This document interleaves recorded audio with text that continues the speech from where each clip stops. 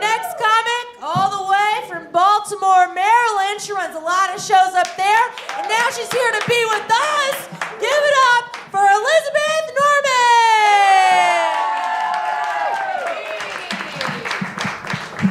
Hello.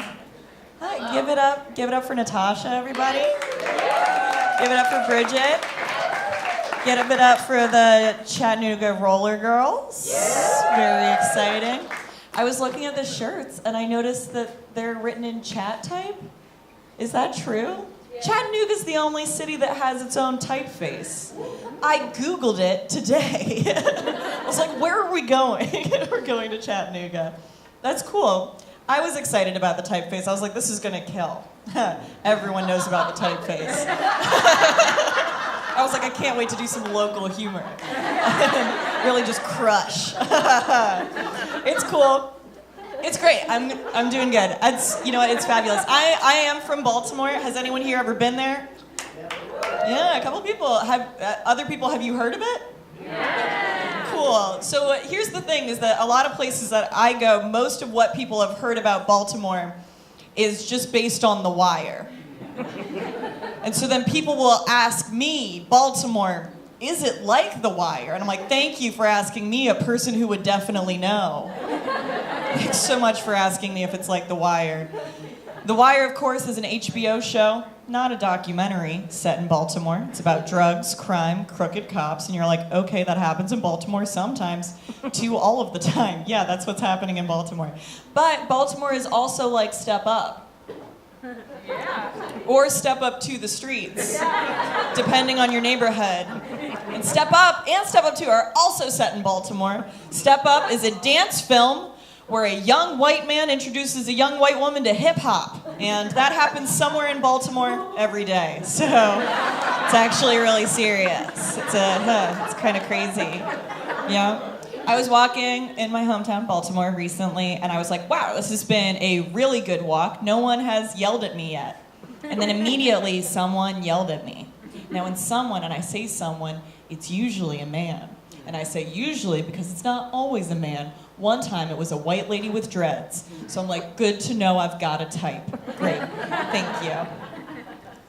Usually when a man yells at me, my reaction, people have different reactions, because some people are like, you need to tell him what's up, you need to tell him that's not okay, you need to stand up for yourself. And I'm like, look, I don't know who's talking to me, right? And I don't know for sure who they're talking to. Like, they're like, hey, beautiful, who's to say I'm the beautiful one? There's so many beautiful women out here. Could be anybody. What this man said was, hey, you got no butt. And I was like, all right, that one's for me. I'm not confused about who you're talking to today. How dare I? How dare I walk without a butt? So glad someone finally had the guts to say something. Thought I could just walk around here with impunity, buttless. It's tough. Obviously, it hurt my feelings because I know I have a butt, but I don't have enough of a butt to get into an argument about it and be confident that I'm going to win, you know?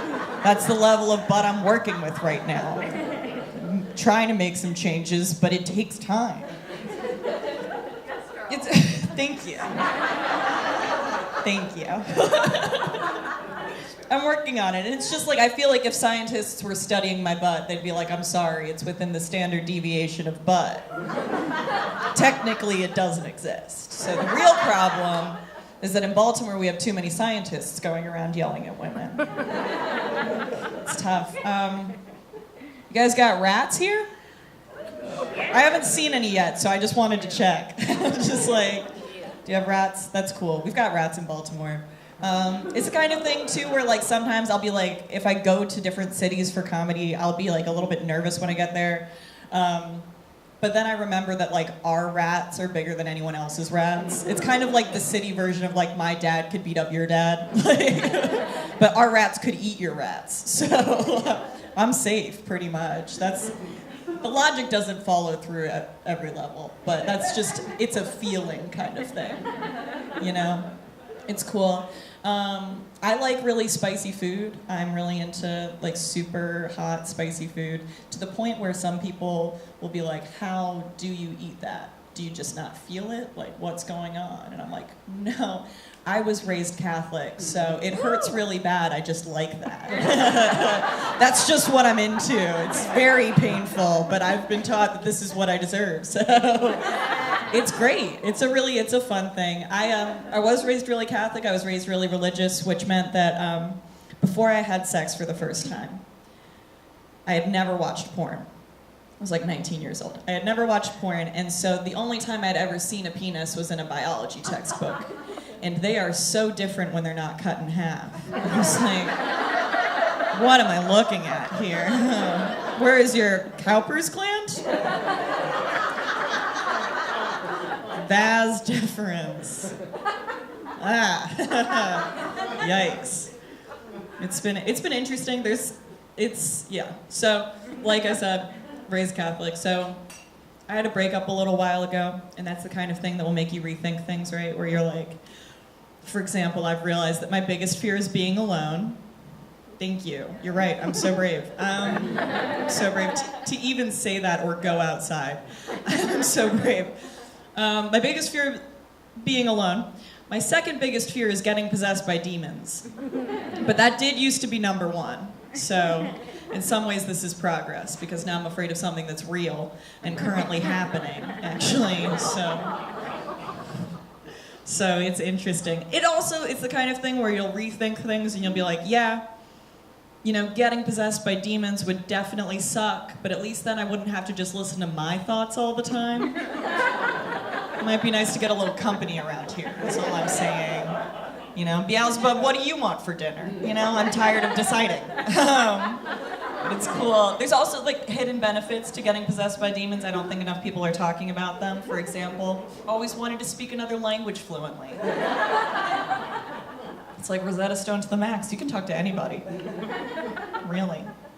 I've also wanted to get more athletic, and what's more athletic than doing backflips on the ceiling, I feel like I could really impress a date that way. They'd be like, wow, I wish her head would stop spinning around, but that form is impeccable. Pretty cool.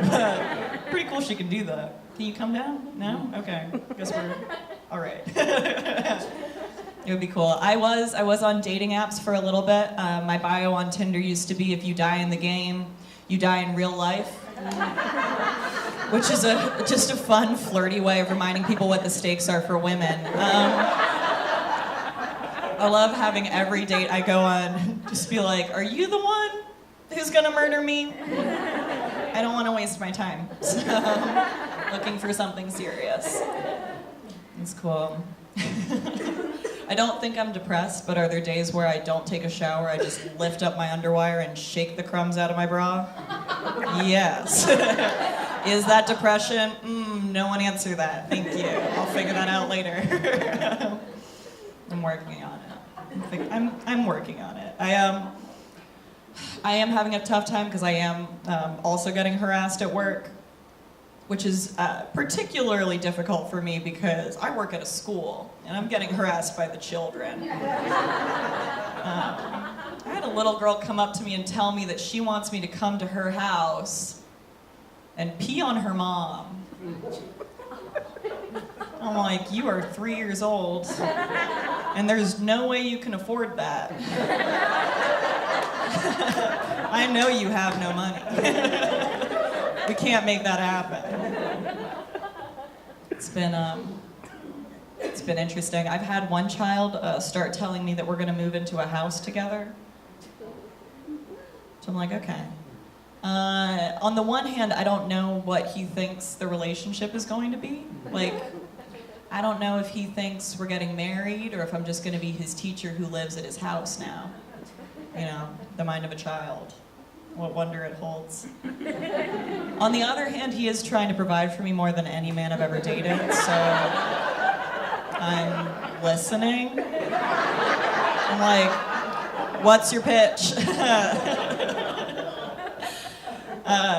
It's been very interesting. He has a better sense of time than any man I've ever dated as well. He was like, look, I know I told you this would happen by my birthday, but it might not be until I'm 12, which is twice as old as he is right now.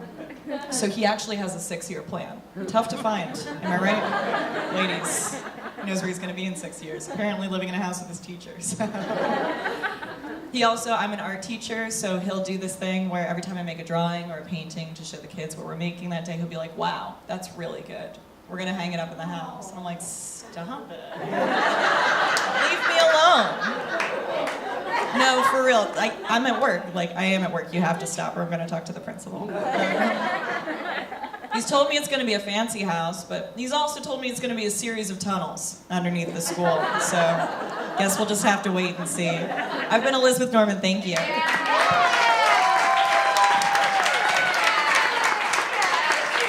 job. Elizabeth Norman, everybody!